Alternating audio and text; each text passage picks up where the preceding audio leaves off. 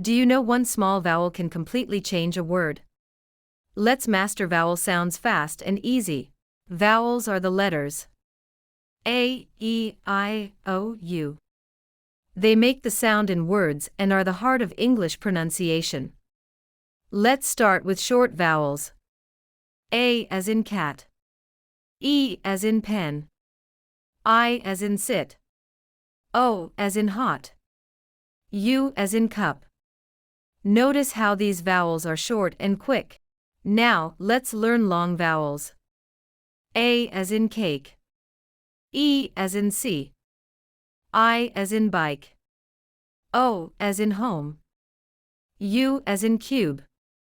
Long vowels are stretched and clear, unlike short vowels. Can you hear the difference? Try saying them slowly. Let's compare short and long vowels. Small change, big difference. Cat.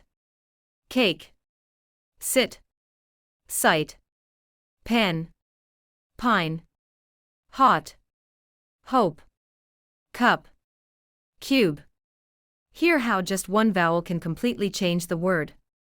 This is why vowel sounds are so important. Now it's your turn.